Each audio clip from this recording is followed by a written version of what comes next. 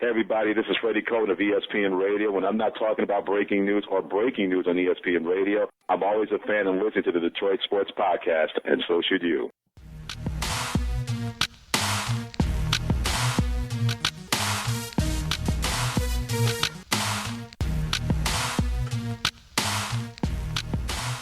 Welcome, everybody. Thank you for downloading another episode of the Doc and Jock Sports Podcast on the Detroit Sports Podcast Network. I am the Doc, John Macaroon. Joining me, my cousin, Adam, the Jock Strozinski. What's up, cuz? Let's get all the pleasantries out of the way right now. This is what we're going to do today. We're going to talk wings. We'll get to it. We're going to do a Jockson session. It's going to be marvelous because I get to talk. You get to ask questions. It's great. But let's get right to the point here. We're just going to throw dirt onto this grave that is referred to as the Detroit Lions season. And I've got a couple questions that I want answered. I want to know where the outrage is from this organization. Why isn't Martin Mayhew out here taking the Shield to task, asking why this call was blown? All right? Where is Jim Caldwell in all of this? The guy looks like he got smacked in the head with a 2x4 and he's trying to squint the pain away. Where is Calvin Johnson? Where is Matthew Stafford? Where is the anger from this team? Why? This team is a bunch of pushovers, a bunch of soft children. Where is the outrage? The only people who are pissed off here are me and you, the fans. That is it. That's it. After this game, I've got to field calls from my mother, wanting to know how referees can get away with doing things like this and why the Lions lost and how come this had to be. Apparently, my mom thinks that we actually have some carte blanche with this little program we do because she wants me to take these referees to task. She wants me to get these guys fired. She wants me to sit there and put some type of movement together with all of you who are listening right now to sit there and go take on the NFL. Apparently, she doesn't realize that it's a $60 billion business and we're just two peons who like to talk a lot.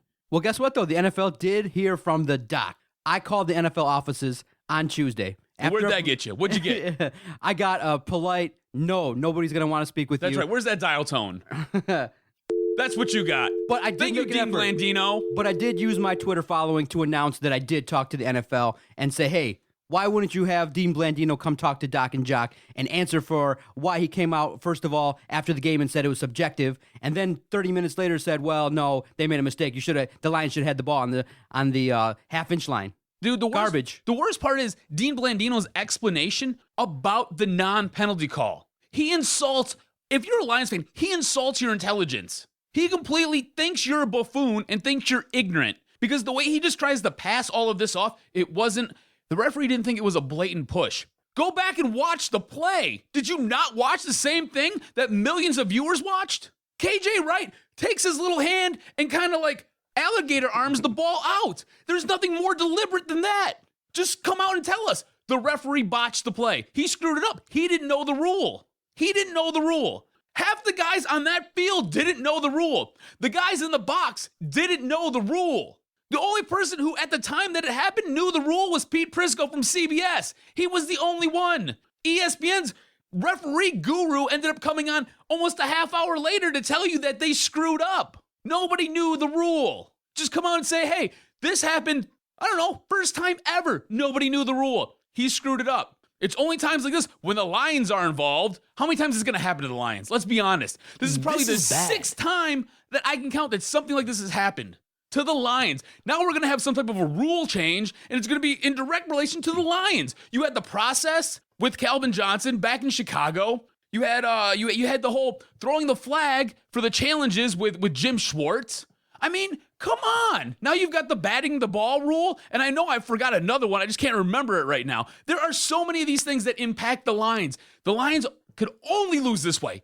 Only the Lions. And here's a reminder. Nobody else can lose a game like this. In the playoffs, they make the right call, and they go, oh, never mind, we made the wrong call. When you actually see the pass interference, you see the correct call, they throw the flag, and then we're all like, good. Finally, a good call. They go and go, oh, no, never mind. They pick it up. They pick it up. For no reason, no explanation. Only the Lions lose this way. They invent new ways to lose. We've talked about this. And I hate to say, I was telling you before the show when we were sitting there just doing some random discussion before the show started. Same old Lions. And I hate the term. I absolutely can't stand it. You will rarely ever see or hear or watch me type those words out because I can't stand same old Lions.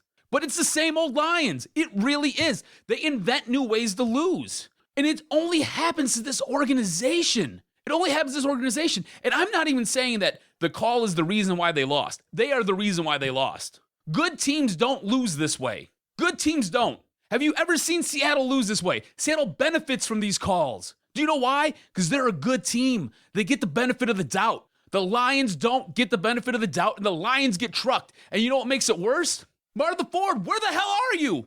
I've fallen, and I can't get up. Where are you? Why aren't you sitting there calling Roger Goodell's office saying, what is going on here? Getting on the horn with Dean Blandino. Where's Junior? Where is he? Where is he? He's on a yacht somewhere floating around the Caribbean. Where's Martin Mayhew? Nobody knows. That guy's spelunkering in a cave somewhere deep, deep in Afghanistan, hanging out with the remains of Osama bin Laden, because that's what he does. That's exactly what he does. Why isn't Jim Caldwell pissed off? Why wasn't Kelvin Johnson more upset? Kelvin Johnson, what are you doing? You're trying to get off the field and instead you're shaking hands and kissing babies with Richard Sherman trading jerseys. You need to be pissed off. You just lost this game. And I'm not saying you specifically lost this game, but you're the one who fumbled. You're supposed to be a leader. You're in the final productive years of your career here. You maybe have one more left. You're not going to get a championship. You're not. This could have been a win that spurred and changed the season because you weren't expected to go into Seattle and win. You weren't expected to shut the 12th man up. You weren't expected to do anything but get steamrolled. And me and you picked them both to get crushed by more than 9.5. You weren't expected. And in the final minutes of that game, with the ball in your hand and with you a half an inch away from scoring a touchdown, Cam Chancellor comes in and punches it out, and KJ Wright sits there and botches the entire thing, but the referees sit there and take that privilege from you. Why aren't you pissed? Matt Stafford, I'm tired of your face. I'm tired of hearing you up on the podium, up on the stand. I'm tired of hearing, well, it doesn't give us a W. No shit, Sherlock. No shit. Neither does everybody understands this, but you sitting there throwing 3-yard passes and sitting there getting trucked every other play because you can't scramble around and you can't hit open receivers isn't helping the fact either. So I don't want to hear you, and I don't want to hear your bullshit. Yes. Yes. Yeah, we don't want to hear the bullshit anymore. And the good thing is for you, I'm glad you can keep this passion. I know now how my fandom is going. I watch the games intently. I watch and I'm tweeting away at Detroit Podcast, and I'm hoping and rooting and cheering, and with the expectation that something messed up is going to happen. With that in mind. But then the next day, on Tuesday, I'm still feeling the lingering effects. But the good thing is, by Wednesday, my emotions have now toned down. I'm enjoying a Welch's Fruit Punch. This shit's great, man. It's extra sugary. I'm sitting here, and I'm like, damn, if the Lions organization's sitting here drinking some Welch's Fruit Punch, this shit's good, man. It's putting a smile on my face. But I'm still upset, frustrated. Do we have a sponsorship deal with Welch's yet? No, dude, we're going to, man. We need to. This shit's great. I'm going to have it. It's really good. Welch's Fruit Punch. Sitting here now, I'm not as angry as I was yesterday. So it's taking me about 24 hours to calm down from a Lions loss. But no, what's been happening is a bunch of bullshit. And people are wondering, why is Jim Caldwell ultra professional? And why doesn't he want to speak out? And why doesn't he set the podium on fire? I'm just saying, kick it over and light that bitch ablaze. Dude, listen, he's a coach in his 50s, maybe 60s. I don't know how old the dude is, but he's mellowed out. And for a football coach, it's not great. At this point, I wish he had a little Jim Schwartz in him. Just a little bit. Just a little bit of that rah-rah. I don't care if I look like an idiot. I'm going to blow this bitch up. It's all I want. I just want him to just show some emotion. You know what? I think he realizes, and he has to, when you look at the film with the injuries and how this team has played the first 4 games, he's got to focus. He can't focus his energies on that. He has to move on because right now, you got a stretch of games that you could potentially lose all of them. Let me ask you this question. They got to fix too much. So I see his point in wanting to move on, but I'm fully aware that this shit needs to stop with the Lions getting screwed with the referees. The simple fact is the referees didn't know the rules, and he's sitting right there watching it. That's the worst part about this. This is my question to you pertaining to Jim Caldwell, because you watched the same exact thing I watched. You watched the game. I sat there, I sent that tweet that says, I'm going to bed, I'm tired of this crap, listen today. All right, I sent that. And then I sit there, I go brush my teeth, I turn my TV on, and I get sucked back into that game because they score a defensive touchdown. Because our defense at least showed up. Our offense didn't show up till the final play. We'll get to that in a minute. But watching Jim Caldwell on the sidelines, he comes out and he says that he knew the rule. Apparently, he was the only guy in the field that day that knew that rule. No, did he look like he knew that rule to you? No, he didn't know it. He didn't know it either. So how are you going to come out and say you did? And if you did know it, Why didn't you show some emotion? Why didn't you sit there, break a damn clipboard? Why didn't you sit there and take Dan Orlovsky, snap Dan Orlovsky in half, and then throw his upper torso at one of the referees to get their attention? I'm talking going full Mortal Kombat. Do something. Who should we be more mad at? The referees, who are paid not a whole lot, but who are paid to know the rules inside and out. You and I are not going to know Rule 12.4.1 in the rule book. And Section we'll talk 32, paragraph 5, right. Area C. But the Zebras are supposed to know that. Or do we get mad at the 52 players on the roster on the field for the Lions, anyone in the booth, Jim Caldwell? Who should we be more mad at? You have to be angry, and it's none of the above. You have to be angry at the NFL. This comes down to the NFL. The NFL does not want to pay the referees to be full-time employees. All the referees are part-time employees. All these guys have secondary jobs. What they do is they show up on a Thursday night, they show up on a Sunday, they show up on a Monday. All these guys have other things going on. If the NFL really wanted to correct this problem, you would have full-time referees that were paid full-time, and this would be their only job. Knowing the handbook and knowing the rules inside and out would be their only gig. And they would set up some type of a demerit system. I know that Dean Blandino talks about it, but do you know what it is? I don't know what it is. It's shrouded in secrecy. Nobody has any clue what it is. So the referee who botched the play, he might have to sit 1 week, or he might not get a premium championship game come playoff time. That's all that's going to happen. But nobody knows how the demerit system works. So if you want to hold anybody accountable, you need to hold the NFL. The NFL needs to have full-time referees. I mean, this has been an issue since the NFL referees had their lockout, when Seattle benefited on another one of these calls with the Golden Tate touchdown against Green Bay. You need to have full-time referees. You need to make the demerit system transparent to everybody. Everybody needs to understand how this works. Whether they're getting fined, they're getting docked a whole check, getting docked something. It has to be made transparent so everybody understands this is the NFL's fault. And this is, again, the NFL bending over the Lions organization. That being said, I said it before, good teams don't lose games like this, so don't use that as your crutch. The Lions need to be better. You want to talk about changing the culture, you want to talk about being a better team, you want to talk about being a playoff team. And this is what pisses me off the most. We all bought in that this team was playoff caliber. They had a good season last year, had a real good season. They come back their next 6 games, and they drop them all. What is going on? It's just a tease. Again, a tease. This is the same thing that's happened with these Lions. That's why I say same old Lions. They sit there, they bubble up for 1 year, get to the playoffs, they get shelled in the playoffs, come back the next year, and they're absolute garbage, absolutely trash, to come back in 2 seasons and make the playoffs again. This is what's going to happen. The only way, seriously, I was sitting here driving here thinking about different things that we could talk about with this whole section right here. And we've got a whole bunch of stuff that we want to talk about, but I'm just going off here, all right? The only way you can consider this team remotely relevant is come week 9 if they're 4-4. That is the only way. Come on, man. They have to, exactly, that's my point. They now have to rattle off 4 wins to get themselves to 500. You do realize they are the worst team in their division right now. The Chicago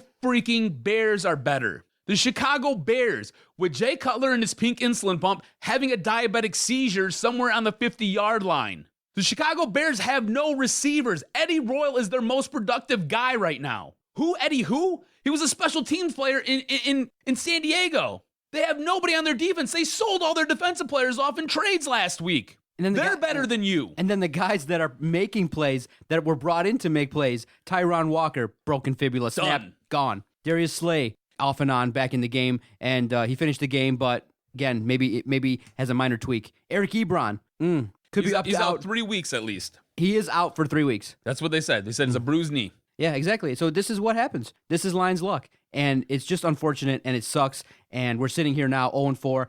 And again, the laughingstock of the league, the last team without a win. The 8th time that we've been the last team without a win in the season, in the NFL. How embarrassing. It's really embarrassing. And all we want is to feel like our organization has our back, has the same passion. And they probably do. But they do, really, in all honesty, they don't know what to do. And that's more show it. Show it. We want to know that you care. Show us that you care. You don't care. When you come out and you say, we're not going to talk about this. The players aren't going to talk about this. Nobody's going to talk about this. I've told them not to talk about it. Right. Martin Mayhew is like camouflage because he blends in with the wallpaper. You have no idea where Martin Mayhew is right now. On some level, I respect Coach Caldwell for putting up a front, for trying to keep the ship afloat. And on some level, you need that. But ideally, Tuesday was a day off. All you had to do was right then and there set forth the mission right then and there. Listen, I'm not going to address this beyond this point, but I'm going to say this. Look what happened out there at New England when the whole Deflategate came out. Robert Kraft said, beyond this conference, I am not going to talk about this, and here's my stance. I thought I trusted Goodell, and he screwed me. The owner, what does our guy do? He just says, I'm shutting it down. We're not going to talk about it. We got to keep it moving forward. I've told my guys don't answer any questions. That doesn't do anything. That doesn't instill any confidence. And okay, if you disagree with Caldwell, then you have to answer this one question. How does the Lions gain more respect with the NFL where we don't get screwed like this? There is no other way. I mean, you're not going to boycott advertising. You're going to be a charter member of the league. You are in the league. You're making money hand over fist. What avenue do we have other than verbally stating something in anger to state that the NFL screwed the Lions? What is there out there? I haven't heard it yet. So if it has to come from us, real simple. Dear NFL, stop fucking my Lions. Period. That's it. What other avenue do we have to say we don't want calls? We want the referees to know the rules in the games that we're in. What other avenue do we have? What other avenue do you have than by using your words and showing some emotion, doing something to say, hey, we are not happy, taking a phone call and saying, oops, my bad. Hearing that from Blandino does nothing. That doesn't ensure that this is not going to happen again. After last year, we were owed at least a couple years of having at least decent officiating. A couple years. But it hasn't happened. And it's not going to happen because, we're taking, you know what it is? At some point, the Lions are the kid getting bullied. They're very nice. They're taking the high road. The Lions always take the high road year after year, mistake after mistake. Class organization. Sometimes you got to get in the mud and you have to pimp slap someone. You got to be like, listen, walk up to someone and pimp slap them. Say, hey, stop talking shit about me. Stop messing with me. Stop getting in my crap. And that's how you gain respect. And it may not be the right thing to do, quote unquote, but after 6 different situations where you got screwed and your organization's losing games and you're losing respect and you're about to potentially fire some people. What else are you going to do? You're not, then in the end, you look to Mayhew, fine, you're not going to respond this way. What are you doing to ensure that the Lions have the best chance to win? You're sure as hell not putting people on the field to ensure that we're going to win. What are you doing? Writing letters? That ain't doing shit. Blandino's probably smoking cigars with them. I think the biggest problem with your argument, you just stated that people are going to get fired. There is nobody that's going to get fired. You know how this team operates. I have to dream a little bit. You know how this team operates. Jim Caldwell will sit there and run his entire contract out. He'll probably get an extension because he made the playoffs one time. Joe Lombardi is obviously not going anywhere.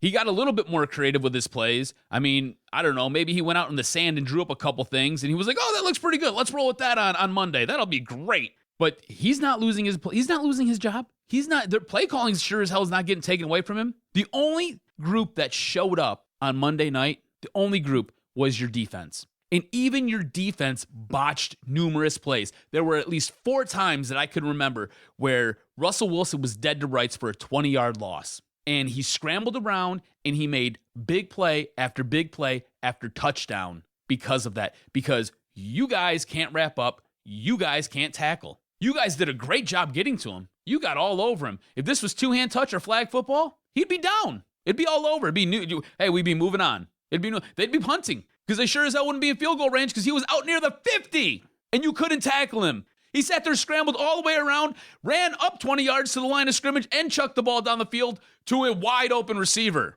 Yeah. So at least your defense kind of showed up. Your offense didn't figure out how to play until the final 2 minutes of the game, which brings me to my other point here. What is Joe Lombardi doing? What's he doing? It's obvious that Matt Stafford performs and excels his best in a 2-minute offense. Who says that you can't start a game or in the middle of a game run a 2-minute drill? Who says that? Some of the best teams in this league sit there and run 2-minute offenses. It's quick strike. You get up, you drop back, toss the ball. Get up, drop back, toss the ball. Get up, run a play, move on. And you're sitting there picking up chunks because they can't sub in and out. They can't get fresh guys on. Those fresh guys can't then sit there and blow by your turnstile known as a offensive line. Why is Joe Lombardi not seeing the same thing you and I are seeing? And I'm no football genius. I'm not a coordinator. I I just know what I watch on Monday night. And I know when I want to throw my remote control through the TV because I see guys just blowing by guys like freaking Laken Tomlinson, a first-round pick. I see what I see when Travis Swanson's getting holding calls because he's getting molested out there. He's getting manhandled. I know what I see. Football is not by any means rocket science or engineering or anything semi-complicated. It's very simple. All of you who are listening, you've played it. You played it in the sandlots. You played it for your high school. You played it for, some of you might have played it for college. Some of you might even be arena bowl players. I have no idea what you do with your lives. I really don't. And if you did any of those things, great. You know what I'm talking about. It's not complicated. It's not hard. You see a problem, there are ways to fix it, there are ways to cover it up, and there are ways to execute. This team decides to finally execute in the final 2 minutes of the fourth quarter, and it worked perfect. Stafford went 6 for 6. You were a half a yard away from stealing one in Seattle. A half a yard. That was the only time you had a drive of any consequence. That was the only time you moved the ball from your zone to their zone and got into the red zone and looked competent. And it was because you were in a 2-minute drill. Stafford didn't have to think. He's a rhythm quarterback. You have to get him moving. You got to get him going.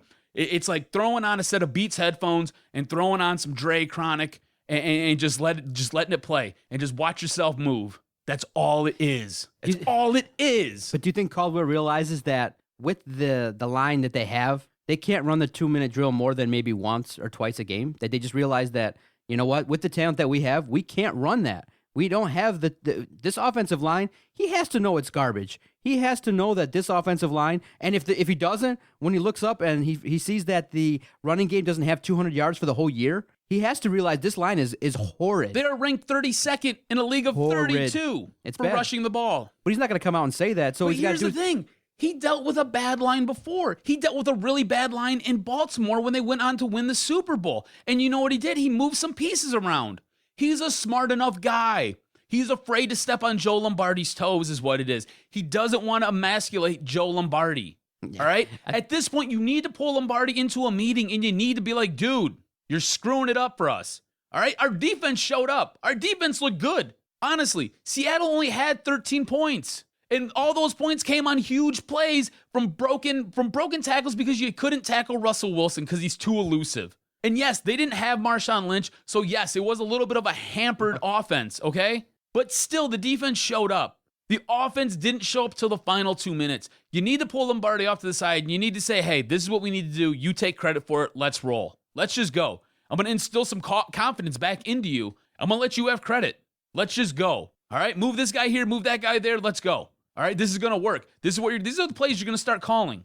And he's the head coach. He has final say over the offensive plays that get called. He's a smart guy. He was an offensive coordinator. He won a Super Bowl as an offensive coordinator. And he won it with a quarterback who I could argue with you that is less talented than the one we have here. And I don't even like Stafford all that much. I don't. But Joe Flacco tends to have a noodle for an arm. And he has bad feet. They got to win.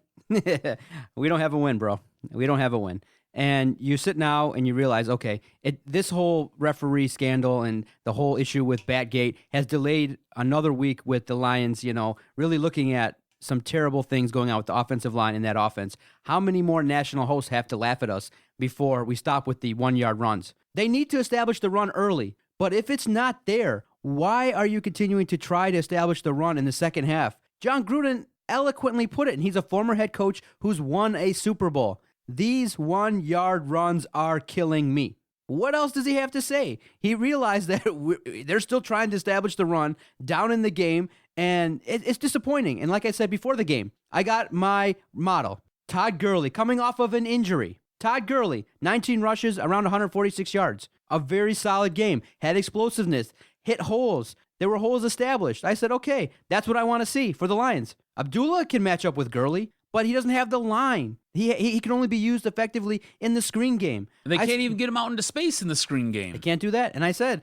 before the game, I said, okay, if he got 19 carries for 19 yards, I'd be shocked. They got 53 yards or in the 50s in terms of yardage, but you have Zach Zenner, and he's making solid plays. You only got him in there for like 6 plays. What are you going to do? It's right now, there is no change. And the problem is, this regime doesn't seem like they can fix things quickly. This is going to have to be solved in the offseason. You're staring right now at a 6-10, 5-11 year tops. Unless something drastic changes, they're not going to change. What can they change? They're going to be in more games maybe, but do they have enough to get over the hump and win these games late like they did last year? Last year, and Jason and I talked about it on the Rant podcast, last year we only got over 25, we only scored 25 3 times. He was shocked. He picked them to score 25 like yesterday when I asked him. He said they were going to score 25 another 6 times the rest of the year. When he saw the stat, his eyes bugged out. Last year, we won with the defense. The offense was horrid last year. And we talked about it like, man, this offense, needs to step up. If the offense could have caught up with the defense last year, we could have had a special year. You had the number 2 ranked defense and statistically one of the top 15 defenses of all time. And you didn't even get out of the first round of the playoffs. And we talked about it in the offseason. If this offense could ascend to maybe being a top 10 offense, it could help pick up that slack that Ndamukong Suh and that entire restructured defensive line was gonna encounter, because we knew the defense wasn't gonna be as good as it was last year. We were hoping that maybe they would be top 10, top 15 at the least. And you sit there, you couple that now with a top 10 offense, this team looks 10 times different. Right now you have a top 25 offense. This is the biggest indictment on Mayhew.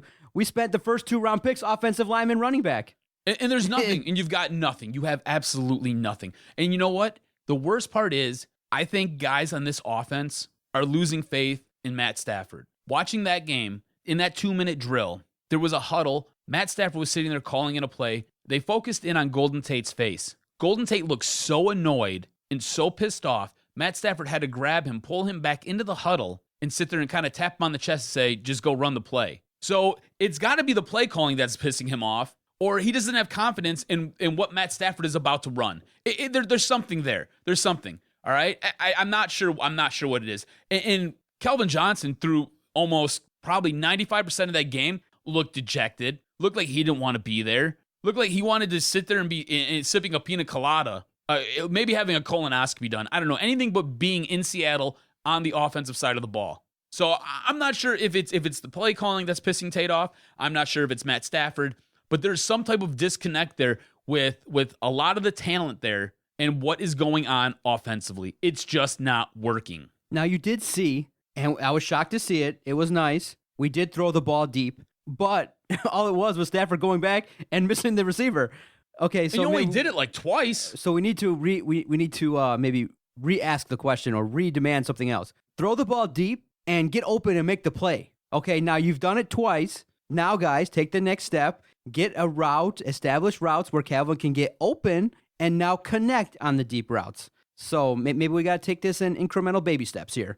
Arizona's coming in. It's a 4:00 game. The crowd's going to be hyper. The crowd's going to be a little bit antsy. Arizona could do some damage, but we've had success against them. It's kind of been hit or miss against them. Either we play awful or we play solid and do some things against them. Now, the last game versus Arizona didn't leave a lot to be desired. But coming in now, the only hope is Carson Palmer is stationary. He's a sitting target. If you get pressure from the defensive line, you can do some things to force some turnovers. Do they allow Carson Palmer to scan the field, throw the ball to Fitzgerald, throw the ball to Brown?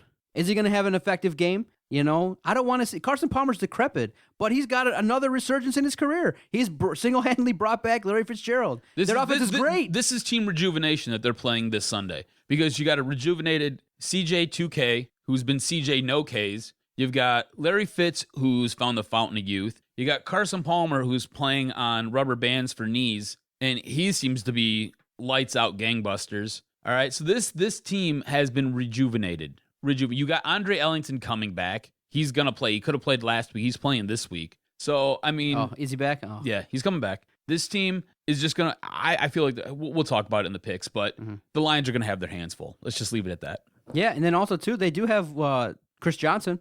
Imagine now you got that combination of Ellington and Johnson. They could do some damage. It could be one of the... and they're coming off of a tough loss versus St. Louis, so they're going to be coming in ornery, ready to right the ship. It's going to be a tough game, and I can't sit here and get any satisfaction even out of a win versus, the Bears if we get that. Wow, that's really going to do you great. It's deflating. It's tough to sit here and get hyped for a Lions game knowing that really in the end right now, in this stretch of games, you really need the other team to kind of crap the bed in order for you to kind of have a chance. Seattle, single-handedly made it a game by Russell Wilson trying to make plays and turning the ball over. That wasn't a game. If Russell Wilson doesn't make those mistakes trying to make plays, the Lions aren't in it. He turned the ball over a couple times. The Lions can't enforce their will on any team. And that's the thing, too. Seattle fumbled the ball 3 times. Yeah. They fumbled the ball 3 times. There were 3 turnovers, and Detroit took advantage. The defense did take advantage. If the defense didn't take advantage, that offense wouldn't have been able to do anything. It's amazing how decrepit this offense is. It just blows my mind. With as much talent and as much money as they've invested on the offensive side of the ball, you would expect more production. And especially since that defense forced 3 turnovers to Seattle. And you're right. The only reason that Seattle won was because Russell Wilson was making gigantic plays downfield. Every play he made was a busted play. They were all broken. They were all scramble plays with wide receivers. He sat there, he got pushed back into the pocket collapsed, and guys were sitting there getting to him and pushing him back 15 to 20 yards behind the line of scrimmage. He sat there and shook them, ran back up to the line of scrimmage, and just launched the ball. And to your point regarding Stafford, it's just the wrong offense completely. That's exactly what it is. I can't believe that Caldwell and the Lions offensive staff would put this offense in. And, did they, I don't know. We got hoodwinked last year. We were so shocked that we saw a defense. We talked about the offense, but the narrative last year was maybe Stafford needed to be neutered because he was turning the ball over so much. I think if you get in the head of Caldwell, they really feel like they want to rein Stafford in and only allow him to throw 2 or 3 deep balls. Caldwell is too conservative. His offensive philosophy, now, if you actually now want to break it down, is way too conservative. And he got the poster boy of a conservative offense in Lombardi. I don't think that they can even effectively change the offense in a week. How do you change it? You can't. You can't change this it. This offense is predicated on dink and dunk and hitting running backs out with screen passes. That is how this offense is constructed and how it's built. You need a more vertical passing game. You need a team that is able to get up and down the field, all right? And you need a run scheme that is basically north and south. And that's what you need to win in this division. And they don't have it. They've got an east-west run scheme, all right, which is failing. And then you got to sit there and you got to throw 5 and you got to throw 6-yard hitch passes to your wide receivers. Kelvin Johnson, he doesn't have the speed he used to have, but he's still a genetic freak who, if he gets down the field, he's quick enough and he's big enough to sit there and catch a deep ball and take the top off the defense. He's that guy. Golden Tate is quick enough that if you send him on a go route, he can get there and he can beat his defender. And yet you don't utilize Matt Stafford's arm. You don't utilize Calvin's genetics. You don't utilize Golden Tate's speed. You don't do any of that. And then as a casual fan, if you're looking in, again, the wife is like, this is brutal. The only thing that kept her attention was the fact that we played back-to-back weeks in fantasy, and she had to see what was going on with the Seattle defense. As a casual fan, if you're Lions free, you're sitting down after a long day of work, you want to watch Monday Night Football, that was brutal. It's tough to watch. It has no creativity, no imagination. Literally, I hashtagged 5 different, crazy plays that they didn't run. Hail Mary, end around, double reverse, nothing. There's no creativity. There's none. Nothing. I hashtag every single play that I knew that was off the wall. Fake, nothing. I know they did a couple, one maybe end around. Dude, it's halfback dive left, halfback dive right. Screen. And screen pass and curl route into the flats. That's what this offense is. If you watch what 90% of what Calvin Johnson's routes were, that's what they were. He would sit there, run out into the flats, and then he'd sit down. That was it. Look for a pass. And then chances are the pass was so far either behind him or to the side of him that he had to lunge for the ball. So when he got the ball, he was already on the ground.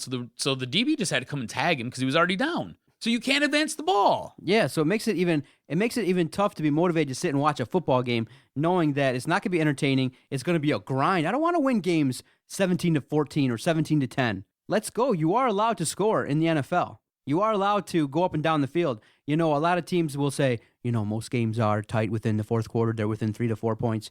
But New England played Jacksonville earlier this year with a 14-point spread and waxed them. Hung 51. You are allowed to do that. You are allowed to showcase. Atlanta put 42 up last week. Yeah. Devontae Freeman, unbelievable running back. By the way, thank you, Henry, for him, for my fantasy team.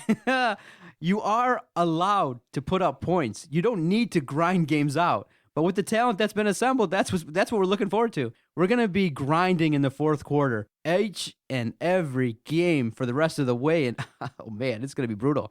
I don't think the wide receivers for the Lions have lost Stafford. I don't think they've tuned him out. They know collectively that it's a terrible offense. And really, in the end, watch this week. Let me know what you think. Watch their faces in the huddle. Yeah, it might not be Stafford. It might be the play calling. Yeah. It could be that. It's the play calling. They know the ball's not going to get to them, or it's not going to get to them in a point where they can get yards after the catch. Just watch their face though, because they look so dejected. They look so checked out, and I was amazed. And this is just something that I watched during the Monday night game that I was like, Golden Tate looks like he is ready to take a spear and stab somebody. Probably Matt Stafford, because he's looking right at him. And he just looks frustrated. He looks pissed, man.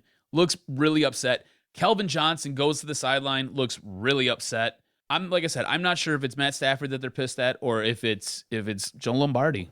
I have no idea. And then before we wrap up, the worst thing is the Lions kind of look like a reflection of their coach. Just calm, cool, collected, on to the next play. No sense of urgency, really no sense of excitement. They know what's going on. They're just going to the next play. Hey, here's what we do. Okay, great. We make a good play. Great. On defense, you got two players. You got Levy and you got Ziggy Ansah. Anyone else, you can probably toss to the side. You don't need them. On offense, you got Stafford, Tate, you got Abdullah. But in the end, you have less than 10% of your roster that's really talented that can make plays. In the end, the way to sum it up is we have a bad football team.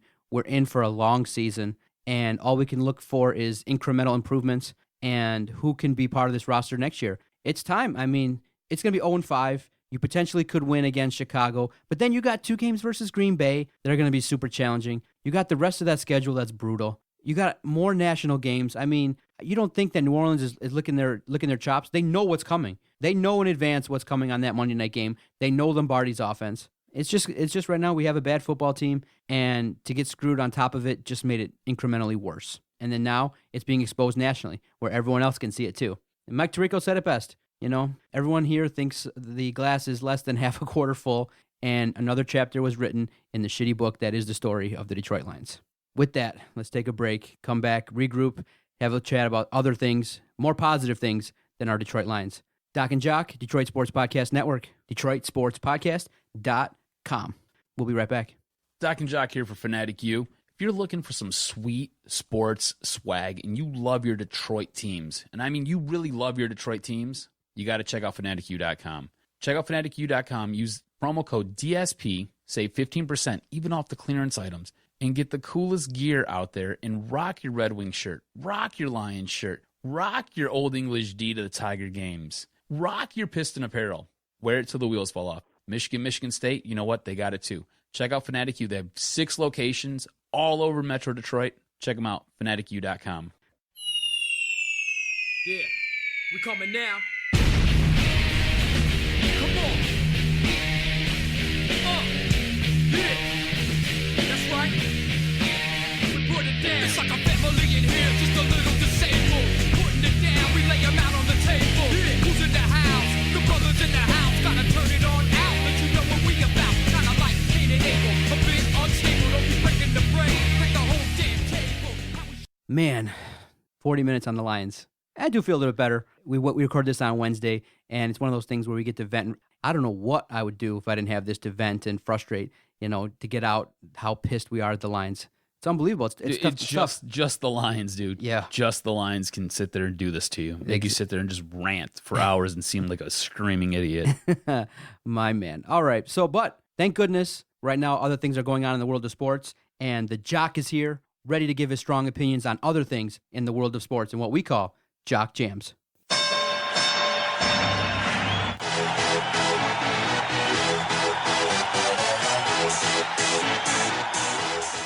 In the scandalous portion of the podcast, you love it when people beef, especially the media and athletes. My goodness. Stephen A. Smith, outspoken, really a guy that has, been prominent because he's outspoken, and when he's called out, he doesn't back down. Goes up to that fine line and sometimes crosses way over it. Been suspended a couple times from ESPN.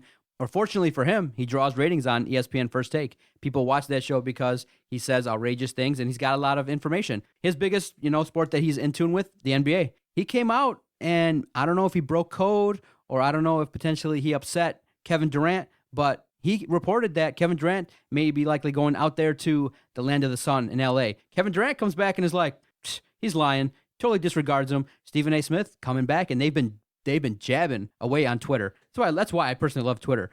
People can now, whereas before they would take their beefs personally, now they just air it all out for the world to see on Twitter. What are your thoughts on the beef between Stephen A. Smith and Kevin Durant? All right, first off, I just want to put it out there. I can't stand Stephen A. Smith. I hate First Take. All right? Really? I can't stand his puppet, Skip Bayless, because if you ever watch that show, Skip Bayless is always like, "You're right, Stephen A. You're right. Yep.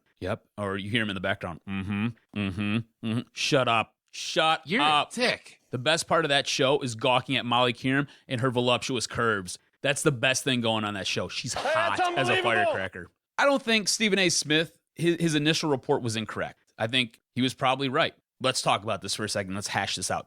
Arguably a top 5 player in the NBA, Kevin Durant, possibly going to the Lakers? What? No way. Really? You don't say. Kobe's not going to be there in a year or two? What? It's going to be Kevin Durant's team? Oh my God. It makes sense, right? So I don't think there was anything incorrect with his statement, with him coming out and saying, it is my belief that Kevin Durant would like to play for the Lakers. So he just sat there and basically gauged his response saying, it's my belief and people I have talked to and this, that. So I think what the big thing that chapped Kevin Durant's ass was Stephen A. Smith said, people close to Durant have told me that. Kevin Durant has come out and essentially said, I have a really small circle. It's these 2 people. That's it. I don't know where he's getting his information. All right, come on, Kevin Durant. Let's be honest here, bro. I mean, you've got other people in your family, other people in your circle. People talk. You mean to tell me you don't think it's possible that one of these people went to possibly Stephen A. Smith and said, hey, LA's looking kind of nice. Sunny weather, no Kobe. It's his team. It's the land of the sun, bikinis everywhere, bronzed women running around with skimpy outfits on. I mean, it just makes sense. It just makes sense. At this point, I really think both of them need to shut up. I think Kevin Durant's being a little too sensitive. I think Stephen A. Smith is being an absolute idiot going on TV and going on a 20-minute diatribe about his career, all the stories he's broken, and putting his credentials up and saying, hey, if you want it, bring it. You don't want me as an enemy. Shut up, Stephen A. Shut your mouth. You are paid to be a talking head. That is all you are. Basically the public's puppet. Now dance. Dance, shut your mouth, and dance. That's what your job is. Shut up. He doesn't have to sit there and do this. All right? You don't have to sit there and extend this beef with Kevin Durant. Just ignore it. He sits there and opens up this 20-minute diatribe, basically wiping the corners of his mouth, saying, I am so happy that this happened on the weekend. If this would have happened on a Thursday, I'd have been so mad. I'd have set this whole place on fire. Blah, blah, blah, blah, blah. Stephen A., shut your dirty mouth. Shut up. Shut up. You are paid to talk. Just go on. Say what you got to say. That's it. Kevin Durant, pull your tampon out. Seriously, bro. You're 20-some years old. You're one of the best players in the NBA. You going to LA, this is not groundbreaking. This story is going to swirl. You didn't sign an extension with OKC. It's okay. You're going to be one of the hottest free agents out there. Everybody's going to come knocking at your door. LA is not going to be the only place that you are sat there and mixed in and mingled with. So just get over it now. This whole thing I think is stupid. I think the whole thing is blown out of proportion. I wish Stephen A. Smith and Skip Bayless would just go get in a boat and go swim. I wish Molly Kieran would take off her top. Now, just a quick semantical point in terms of journalism. Yes. Is it possible, for example, you're hanging out with one of KD's boys and you're like, Stephen A. opens the chat and is like, KD would look good in LA. And the guy's like, yeah, he's thought about it a couple times. And then take just that, maybe a slight, wordplay. Take it and run. Would you take that? Take it and run. Would you take that and say that people close to me have said that he might like to go to LA? Take it and run. See? Take it and run. You look at that as an inside scoop. Yeah. And what happens is that guy, whoever that person is, whoever his boy is, whether or not it's his third cousin twice removed from his baby mama side, it doesn't matter, right? Because apparently he's close enough to know that this conversation has occurred and he has said something. So you take it and run because that's your inside scoop. And when you're a journalist, you're always trying to outscoop your competition, all right? The only time you can't do that and the only time that there becomes an issue with this is if that person looks at you and says, off the record. Right. Off the record, this is what he's talking about doing. If that happens and you go out and you run with that, you can bet your ass that you no longer have that person as a contact. But other than that, yeah, man, run with it. Absolutely run with it. And like I said, does it not make sense to you for LA to sit there and want to go get KD? Especially if Kobe is talking about coming back for another year to sabotage that team with his one good knee, which is only half there? I mean, does it make sense? It absolutely makes sense. I mean, LA is one of those markets that has never had a problem paying for talent, and they always want the big star. Kevin Durant is a top 5 player in this league. Arguably, it would go LeBron James, and then you've got a mix of 3 other guys, and Kevin Durant's in that mix. So it makes absolute sense for Stephen A. Smith to come out and say something like that. It makes absolutely no sense for Kevin Durant to come out and get all upset about it. You know, if you really have that big of a problem with what he said, maybe check your house. Check who's in your house, check who's talking. It's just, this whole thing doesn't need to be going on. What really pissed me off with Stephen A. was Stephen A. coming out and wiping his lips and then flapping his gums saying, "You don't want to make an enemy out of me." Like, dude, seriously? He made it so hood and took it to the streets with it. It didn't even need to go there. It really didn't. You know what I'm saying? And then he's like, we'll put my 20 years on the line. Let's talk about it. Shut up. Just keep it moving. Right. Keep it moving. Do your job. Okay. You and your stupid little white puppet. Shut up. All right. Ahead of the big matchup, Michigan State, October 17th. Beautiful time, 3:30. By the way, I want to see that Lebanese puppet. Just shake. She's hot. Oh, man. All right, go ahead. She's great. I know. We've had that conversation before about her. Top 5 talent, no doubt. She's great. Qualified for that job. I love when she was on the NFL Network. All right, go on, huh? We're getting sidetracked. Talk about her all day. Ahead of the big matchup, October 17th, 3:30. I love that time. Just enough time to do a little bit of work, handle your business, get all situated, and watch Michigan State. But they do have opponents this weekend ahead of their significant matchup next weekend. Michigan homecoming versus Northwestern. Another great defense. A true test for Jim Harbaugh and the emerging Wolverines. Michigan State, reeling from significant injuries, are kind of, in the spotlight due to some things that maybe they're not happy with. They're getting scrutinized because they're not blowing out teams. Mark D'Antonio's not making excuses. He realizes they need to get better. They're taking on Rutgers. What are your thoughts regarding this week's matchups with our hometown teams? All right, let's start with Michigan first, all right? Because I think this is going to be the better game out of the two. I expect this to be a complete slugfest between Michigan and Northwestern. Northwestern has kind of come out of nowhere, surprised a lot of people. The Fighting Fitzgeralds look really good over there in their purple unis. Michigan's going to have their hands full, but I do think that they will eke out a win. I think right now, or last time I checked the lines, they were like a 7.5-point favorite. It's going to be much closer than that. I mean, Fitzgerald's got these guys playing out of their mind right now, and this team believes that they can do something. At the same time, Harbaugh's got these guys believing that there's something special as well. Michigan just lost Ojemudia. He's down. He blew out his Achilles last week, so that's going to be a huge loss for that defense. And that defense is what's been saving this team because that offense at times looks really shaky and really questionable. But that being said, I think Michigan has enough fight and enough power to sit there and beat Northwestern. Moving on to Michigan State. Michigan State fell 2 spots in the polls this past week because they fought Purdue, and that game was a lot closer than I think anybody expected, and that game could have got out of hand. It's a good thing it didn't. It's a good thing Michigan State's has an okay defense. All right, but if you're Michigan State, if you want everybody to shut up and you want everybody to be quiet and to stop talking about you and keep your name out their mouth, go destroy Rutgers. Plain and simple. Go destroy Rutgers. That's all you have to do. Pound Rutgers into the ground. At this point, there's no reason that Ohio State should be number 1. Michigan State being number 4, I get it. I understand. That being said, Ohio State's not blowing anybody out. So if they're not going to fall, how can you sit there and use that same theory to drop Michigan State 2 spots? It just doesn't make sense to me. But if you're Michigan State, you want to sit there and you want to get back up to number 2, you want to be in contention for number 1, go blow out Rutgers. Just annihilate them. And D'Antonio makes no bones about it. He'll go sit there. He'll hang 45 on you and call it a day. He's got no problem doing it. Michigan State handles Rutgers to sit there and get that taste out of everybody's mouth, and so he doesn't have to hear everybody talking. And I think he goes out. I think if Michigan wins against Northwestern, whether it be close or not, I think if Michigan wins, I think if Michigan State goes out and destroys Rutgers, we're going to have one hell of a week leading up to Michigan State. And promising a very special treat for everybody to Periscope us. It's going to be fun. I'm going to be dressed up in the studio. This is going to be a good time. So if you don't follow us on Periscope yet, follow us on Periscope. It will be great. Finally, some good news that we're going to segue for the second half of the podcast to talk about some great things happening. Stanley Johnson's debut, 26 points against Indiana in the preseason debut. Wow, he looked good, knocking down the shots, creating his own shots. He looked good. Now, news was made for the Red Wings. Dylan Larkin not only makes the opening day roster, starts on the number 1 line, starting to look across the sports, youth movement across all the teams with the Lions and Abdullah, with McCann and JD with the Tigers. Dylan Larkin and Stanley Johnson are poised to be superstars and poised to be guys that can put butts in the seats and be effective. In your opinion, Jock, who's going to have the better rookie season? And of the two, if one of them's a superstar, who will it be?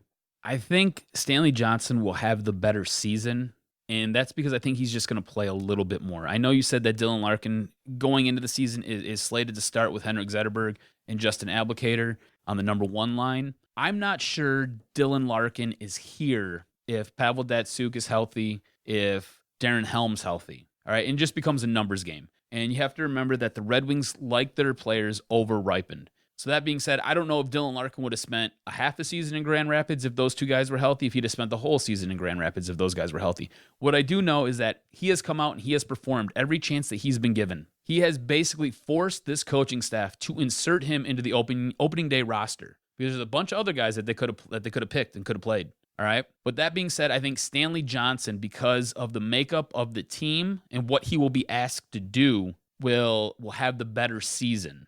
I think Dylan Larkin being I believe he's 19, being a 19-year-old rookie playing on this team that is usually veteran-laden. I know that we'll be talking a little bit about this youth movement with the Red Wings and how everybody is excited about this. But I think it's a little bit different going from the University of Michigan last year playing in a playoff stretch with Grand Rapids to then going to, I believe it was the World Juniors, and then coming to play in the NHL. There's a jump there. And I think he's well equipped to handle that jump. But that being said, Stanley Johnson in the NBA, I think the NBA